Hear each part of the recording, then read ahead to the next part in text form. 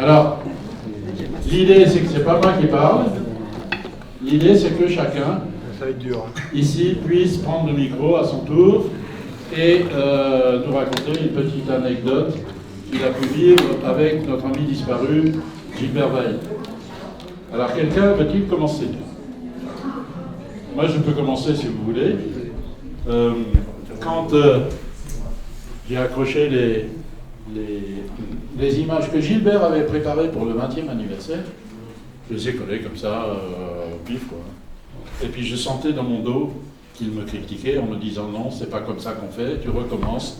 On fait d'abord en plan du panneau, ensuite on prend les mesures, on fait des abacs à dimension réelle et on les pose exactement comme on a voulu les poser au millimètre près. Et là, je me suis dit, je vais transgresser. Et j'ai continué à faire au pif. Voilà, petite histoire en passant. Il y en a d'autres.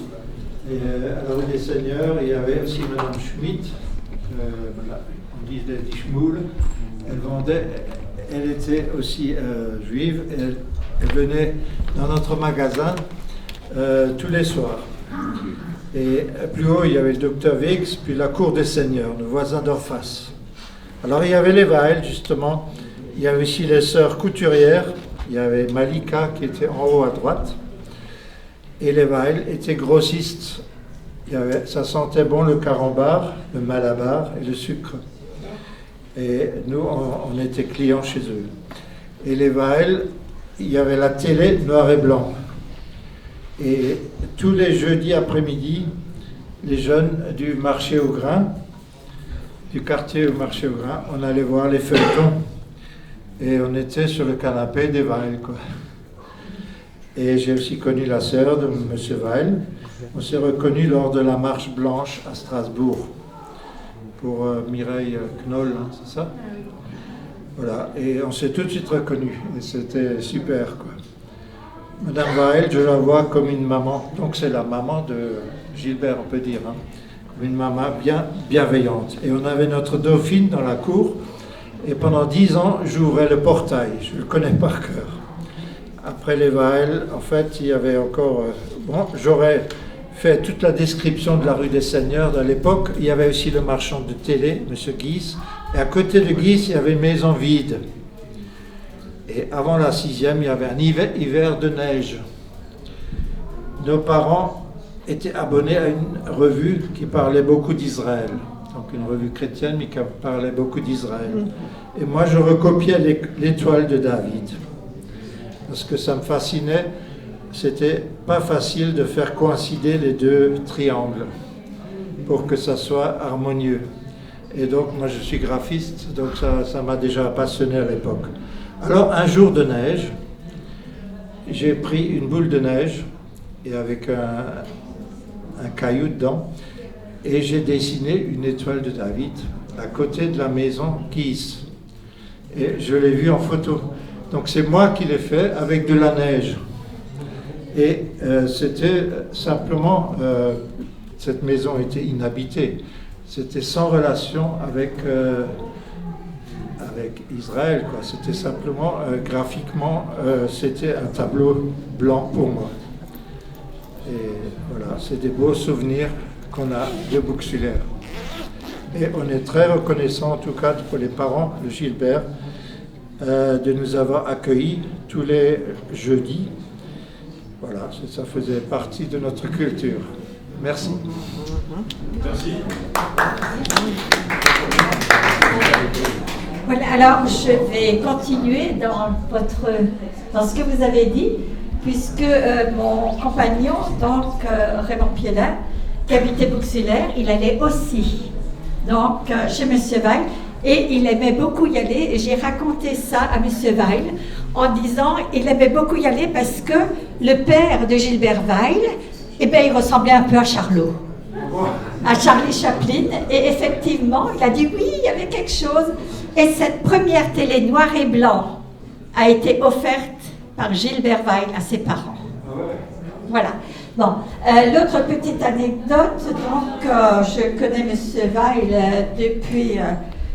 1984, et je faisais les visites guidées au musée. Seulement, je ne suis pas juive.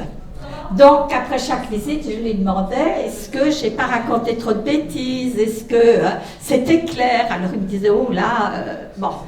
Et un jour, j'étais dans la salle où on parle du colporteur, et j'étais en train de chanter Lope, Oltis, Chocolat, Papire, Olti, votre. Et monsieur Gilbert vient, il débouche, il se met à côté de moi, et il chante la chanson avec moi.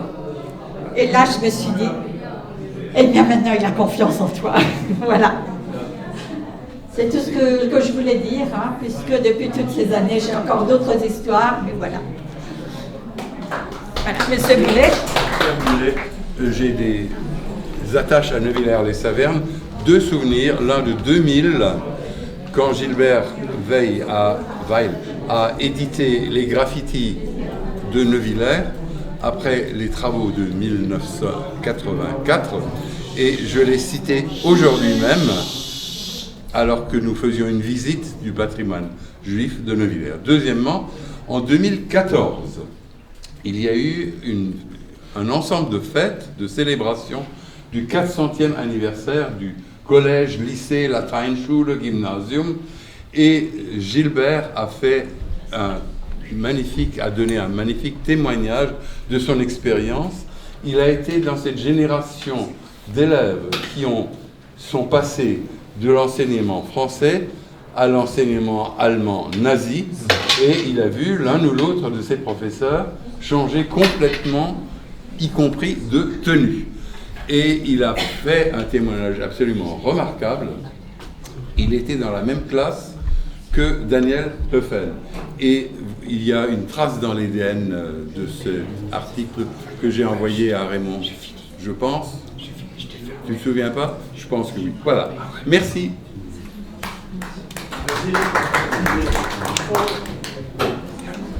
Moi et Gilbert, j'ai surtout sollicité Gilbert quand j'ai commencé à externaliser un tout petit peu le musée judéo-alsacien en faisant des expositions dans les communautés que moi j'appelais endormies. Hein, c'est-à-dire, j'ai commencé avec Chirofen, on a continué avec Bichulaire, et puis alors là j'ai une anecdote absolument savoureuse sur Weiterswiller. Alors, je ne sais pas si vous connaissez la synagogue de Weiterswiller, elle est octogonale, hein, c'est assez particulier. Et puis bon, moi je voyais déjà un truc un peu mystique, et puis il a dit mais non ma fille, mais non, c'est simplement les contraintes architecturales qui font que cette synagogue a été construite comme ça.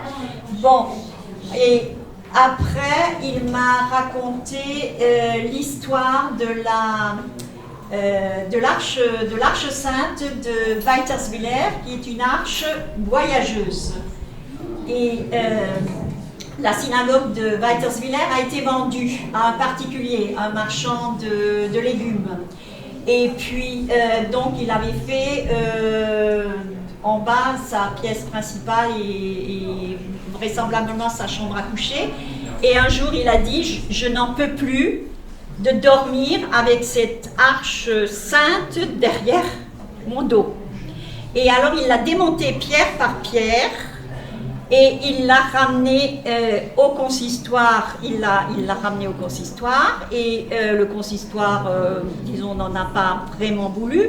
Mais le même jour, il y avait quelqu'un de Momenheim qui était là et qui a dit, bon, nous, on prend cette arche sainte. Donc, l'arche sainte de Weiterswiller est partie à Momenheim.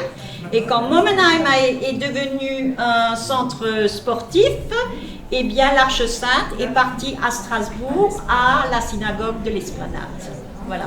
Alors, il raconte cette histoire d'une manière beaucoup plus savoureuse que moi, dans un des livres sur les Juifs d'Alsace. Voilà. Merci beaucoup, Dora. Alors, juste en passant, avant de passer la parole à Jean-Pierre, je voudrais quand même saluer la venue de notre très cher ami Eureka, que beaucoup de gens ici connaissent, qui a souvent chanté dans ces lieux. Et voilà, gros bisous, Yo-Yo. Bonjour.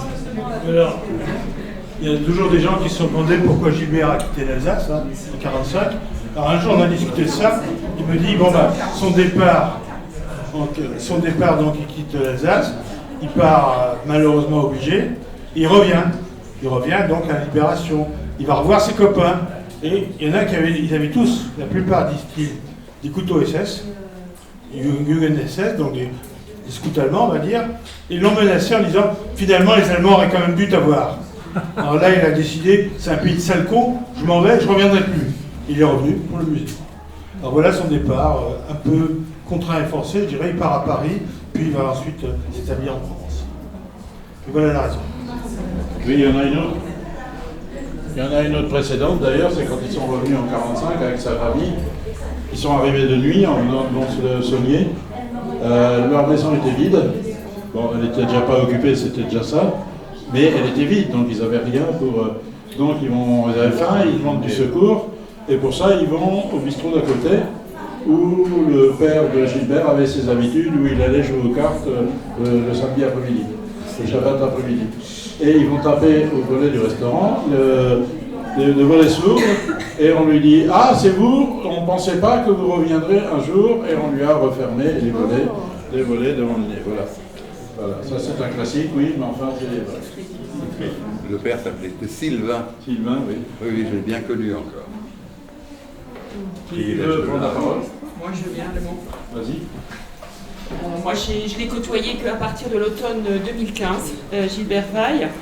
La première fois, on avait fixé en fait un rendez-vous avec une de mes classes au musée. Et il y a eu les attentats du 13 novembre 2015, et donc on ne pouvait plus sortir. Et donc il m'a dit en rigolant, ben, si on ne peut aller au prophète, le prophète viendra à vous. Et donc il est venu au lycée, et donc pour moi c'est une rencontre incroyable, j'aurais dû l'enregistrer, voilà, j'ai raté une occasion. Et puis la deuxième fois, il est venu au lycée, lors d'une restitution d'un voyage qu'on avait fait avec les élèves à Auschwitz.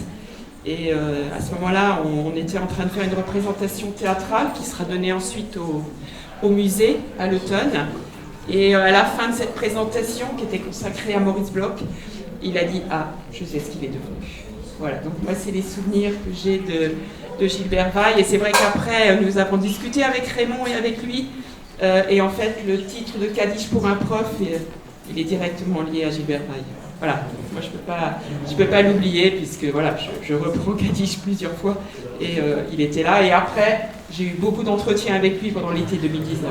Voilà, il m'a raconté plein d'événements, plein de choses qu'il avait connues. Et en tout cas, c'est un élève du lycée, il est dans les registres. Voilà, donc plein de souvenirs avec lui. Quelqu'un d'autre veut prendre la parole? Alors je vais peut-être en raconter une dernière. Après, on passera au vernissage. Il se trouve que j'étais un jour dans ce musée avec Gilbert et un journaliste. Je ne sais plus quel journaliste, je m'en rappelle plus. Et on est dans la salle en bas, dans la grande salle. Et le jour où il y a le marchand de bestiaux, le Beheimbeset, comme on dit en judéo-alsacien. Et le journaliste demande, mais enfin, monsieur Weil, pourquoi est-ce qu'il y avait autant de marchands de bestiaux juifs? Et lui, il prend l'air détaché et il dit, mais c'est très simple, il suffit de regarder le cadavre. Je sais bien qu'il était urbaniste et architecte, mais quand même. Alors je me tais, j'écoute. Pour moi, me taire, c'est difficile. Et, oui. Et il dit, bah, l'Alsace, qu'est-ce que c'est l'Alsace? C'est un couloir étroit, coincé entre Vosges et Rhin. En plus, c'est surpeuplé. Il y a un village tous les 3 kilomètres. Donc, les terres arabes, les terres cultivables, sont rares. Au fur et à mesure des partages des générations, donc du morcellement, ces terres deviennent de plus en plus étroites et de plus en plus réduites. Donc, quand on voulait élever quelques vaches, il était hors de question de les laisser pâturer toute l'année dehors. Parce que chaque coin chaque lopin de terre devait être cultivé. Donc les vaches étaient élevées en stabulation, elles ne sortaient jamais de l'étable. Forcément, au bout de quelques années, elles tombent malades. Donc on se dépêche de les manger avant qu'il soit trop tard, et puis la fermière veut remplacer sa vache. Donc elle cherche à acheter un autre veau. Mais pas de chez le voisin, puisque le voisin, c'est exactement la même chose, donc il y aura la même maladie. Elle veut une vache de sang neuf et en bonne santé.